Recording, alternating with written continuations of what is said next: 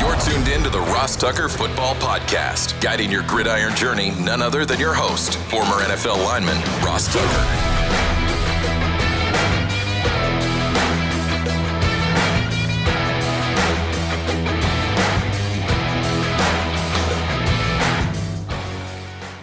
Oh, yeah, it is.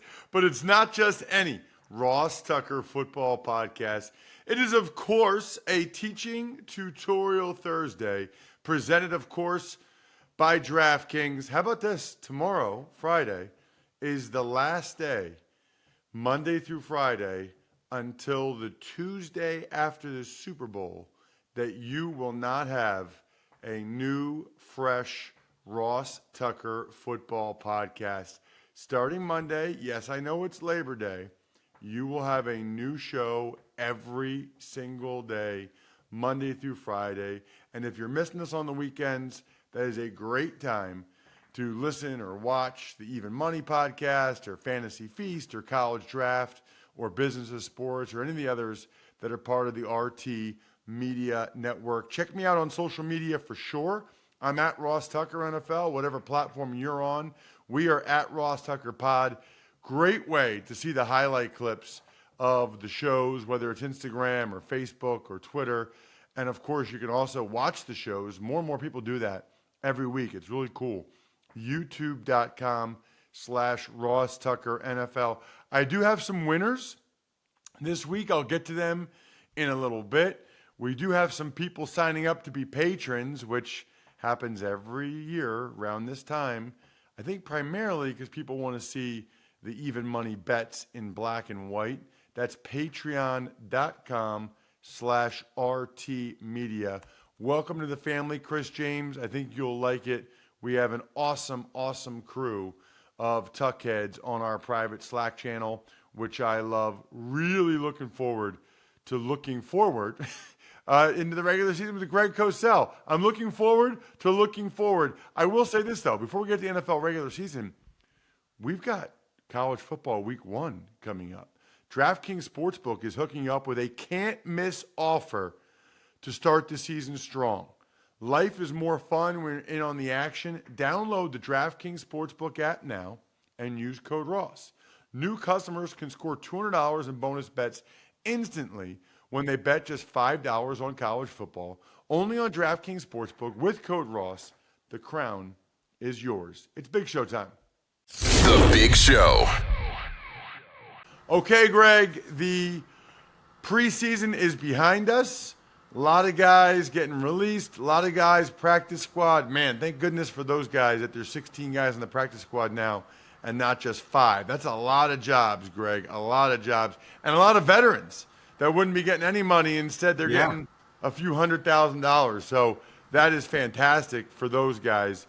And we've got the regular season coming up. So rather than looking at preseason week 3, which is kind of irrelevant at this point, now that we know who has made each of the teams, I am curious. I want to talk to you about some of the teams that you're intrigued by, maybe some of the sides of the ball that you're intrigued by. You and I were texting.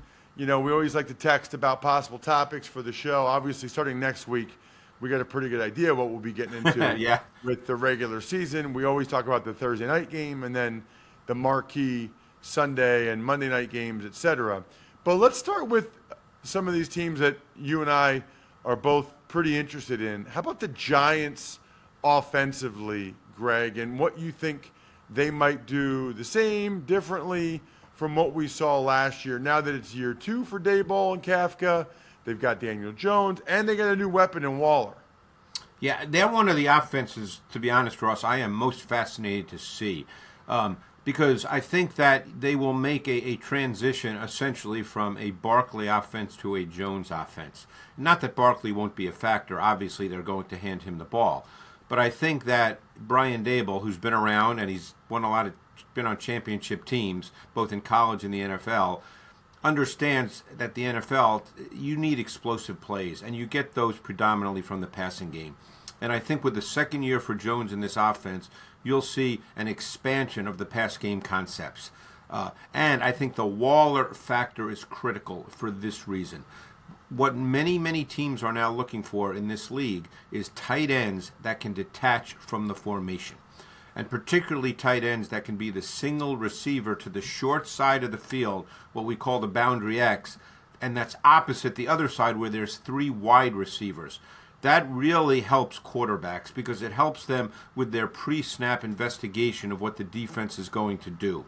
And Waller is that receiver. And keep in mind that Mike Kafka, second year on the staff, he's with Dable, obviously. He came from Kansas City. And Kansas City may do the best job of any team in the league deploying their tight end. Obviously, Travis Kelce is a first-ballot Hall of Fame tight end. But Waller stylistically gives the Giants that kind of ability to do those kinds of things. And I am really fascinated to see how that's going to play out. Let's stay on the offensive side of the ball, Greg. A team that's been talked about a lot this offseason, certainly this preseason, the Pittsburgh Steelers. I think Pickett led a touchdown drive every one of his preseason drives. Steelers fans are not big fans of Matt Canada. What are you expecting from them? What have you seen from them over the years? Well, a couple of things. Number one, I did watch Pickett in the preseason, and I thought that his ball came out with a little more velocity and a little more juice than it did a year ago. And we've seen that over the years, that quarterbacks sometimes as they grow and develop, they generate a little more velocity on their throws. I thought that was absolutely true of Tom Brady. And just so people understand, I'm not making an apples-to-apples comparison that Kenny Pickett will be Tom Brady. But the ball came out with a little more juice. I think Pickett has a really good feel for understanding his offense versus defense. And the player I'm really curious about, and I think they're going to have a different division of labor in the backfield this year than people might think. Jaylen Warren gives them a lot more juice at the running back position than Najee Harris. And I don't think you're going to see Harris this year getting 270, 280 carries. I don't think he'll be a quote-unquote feature back or foundation back. He's obviously going to play. He's going to be a significant part of what they do. But it would not surprise me to see Jaylen Warren get a lot more snaps and a lot more carries in the context of their offense. Wow, that's interesting. Just based on what you've seen from the preseason? And what I saw last year, and I watched Warren when he came out of college, Oklahoma State, and he's just a juicier runner. And, obviously every offense wants big explosive plays, however they can get them. And I think Warren gives you a little bit more of that. Now, of course, preseason is preseason, but he did have a long touchdown run in the preseason. He's just a juicier back. And, I think that he'll get more snaps. When I say more snaps, I don't mean more snaps than Harris, but just more snaps in the context of what they do. I think sometimes, Greg, it's really difficult for fans because when they watch and they see the burst, you can't hide burst. You can't hide juice, and fans see that. They see Jaylen Warren go for 60 yards, and that's something Najee Harris just couldn't do. That's just not who he is. No, and Harris is a good football player, but I think that, within the context of what they're trying to get done with an improving Pickett, with a pretty good wide receiver core, and let's not forget Pat Freiermuth, who I think could end up being a high-volume target in this offense, because I think Pickett throws the ball well between the numbers. What I thought was interesting, Greg? I think I saw a quote from Tomlin where somebody asked him about Pickens. And he says about George Pickens, a receiver, he can do the spectacular. He'll make the spectacular catches. I want to see him do the routine stuff more consistently, which I thought was interesting because I don't study George Pickens like maybe you do or others. Right. But that was what Tomlin said. And I thought, okay, so maybe that's why he doesn't get the ball as much as maybe we should. Because that's another one where if you're a fan – and you're watching, you're like, why don't they throw it to that guy more? It's a great point because so much of playing receiver is not just physical ability, but it's understanding how to run routes against particular defenses. It's understanding how to adjust routes. I had a great conversation when I was in Nashville with Derek Mason. You remember him, a guy who would not be viewed as a high-level talent. And I think he had 7 or 8 1,000-yard receiving seasons in his career. And he talked a lot about the fact that receivers have to learn how to adjust their routes on the fly. And I'm not saying that that's Pickens' issue. We don't know that. I don't know that. But you're dealing with a guy that in Pickens that has high level traits. I love players like Derek Mason, Greg. I love guys that are not physical phenoms, but are just so smart that they figure out a way to be super productive players for a long time. That's awesome. That to me is awesome. Let's get to an offense that I'm skeptical of, Greg. And I guess I'm the only one. I don't know. The people in Baltimore are so mad at me. You know, Greg, I kind of thought Greg Roman's offense was awesome. I mean, all these Ravens fans want to rip Greg Roman, but then they want to give Lamar Jackson all the credit for being unanimous MVP in 2019. Greg, I'll say it. A big reason for Lamar Jackson's success that year is that the Ravens caught the rest of the league by storm with the quarterback-centric run game that Greg Roman employed. Teams were not ready for it, Greg, and they killed him.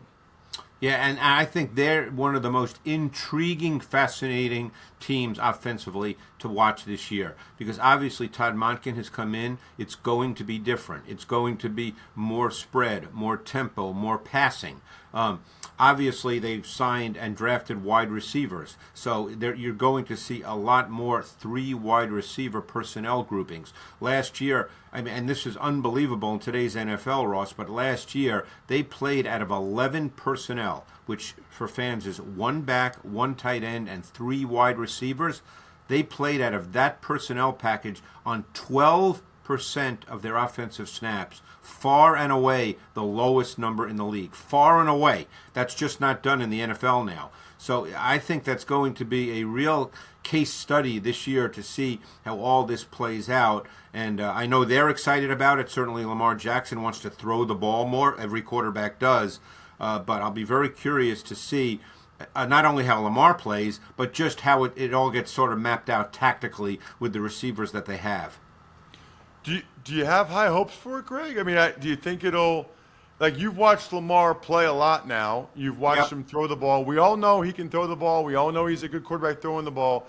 But we've really seen him, at least in the pros, do it primarily, the play action stuff, off the run game. And obviously he's done it in 2-minute drills and stuff like that. But I'm really curious to see how it plays out. He's had some phenomenal throwing games. I can remember a Monday night game a few years ago. It was actually against the Colts. He and Carson Wentz actually were battling back and forth. I don't know if you remember that game. Lamar was absolutely phenomenal throwing the football. He's had games where he's thrown the ball extremely well and other games where he hasn't. And again, if you spread out your offense, it puts a little more burden at times on the quarterback because now, it's very tough to pressure an offense that lines up, in 22 personnel with Picard basically as almost another offensive lineman. You know how it is. You play an offensive line.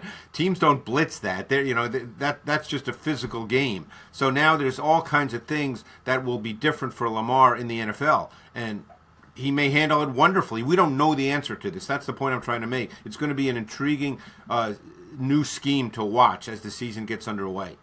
We do know the answer, Greg, to what beer people should drink this weekend for Labor Day weekend, and that is Labatt Blue Light.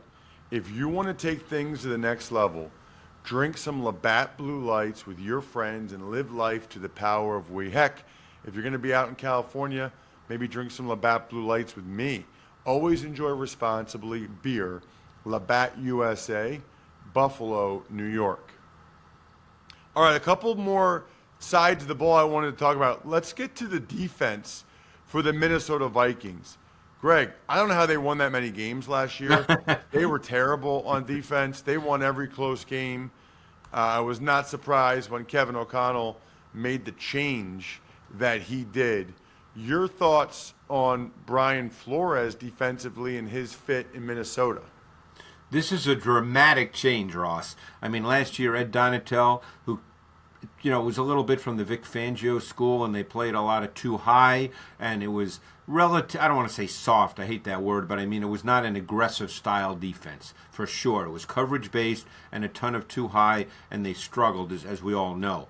So this year they bring in Brian Flores, a very conscious decision by Kevin O'Connell, and now you have Flores, who's extremely aggressive. He's going to blitz. He lines up a lot with pressure fronts, 6, 7 guys on the line of scrimmage. Doesn't mean everything's a blitz, but they show the offense that. And you've got to protect against that, as you know. I mean, you played offensive line. You can't say, well, I don't think that guy's going to come. You actually have to have a plan to protect. And so they put a big burden on both the O-line and the quarterback before the snap of the ball. So I am fascinated to see how this is going to play out, because I think their corner position right now is a little bit of a work in progress. And if you're going to pressure at some point on the outside, whether it's truly a zone call or a man call, your corners still have to match up. Because a lot of zone calls become match at some point anyway. So I'm really curious to see how this plays out, but this will be a dramatic turn from what they did a year ago. You know, the last time I checked, and maybe something's changed over the last week or two, I don't think like Andrew Booth and Lewis Cine, I don't think they're starting. I mean, these are like their first and second round picks the last couple of years. DBs from Georgia and Clemson. And I mean, maybe they are now, but last I checked, they weren't starting on defense. Yeah, so that's the other thing. We don't know that. And, you know, a lot of things we don't know based on preseason until you get to the first regular season game. There's always going to be somebody that you and I look at and go, wow, I didn't think that guy was going to start. Or, wow, that guy played a lot in the preseason, and now he's buried on the depth chart. We don't know that till we get to, next week. Well, and everything new that these coaches came up with in the offseason, they've been saving for next week. I mean, they didn't show it in the preseason. For sure. So they've been waiting.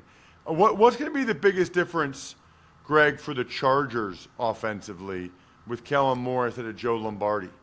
Yeah, I think they'll probably push the ball down the field a little bit more, and I'm very curious to see how that works. Because obviously Herbert, in terms of pure physical traits, is top 5 in the league, and he's a beautiful thrower of the football.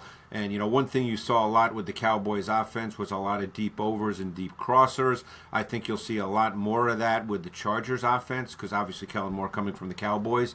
I watched a lot of Cowboys offense this summer, and they ran C.D. Lamb a ton on those deep overs and deep crossers. You're going to see more verticality, I think, in the Chargers offense, and there's no question that Justin Herbert has the traits to make those throws.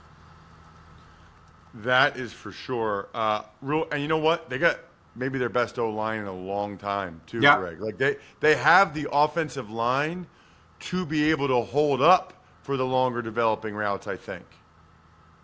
Yeah, I would agree with you 100% on that. I just think that offense is, it's kind of an under-the-radar offense right now, but I think that offense has a chance to be one of the more explosive ones in the league. The last thing is, Greg, you and I were texting, and you love watching the Dolphins offense. Yeah. They were obviously in the news this week with discussions about Jonathan Taylor, and supposedly the Colts asked for Jalen Waddle, and the Dolphins were like, yeah, definitely not. Right.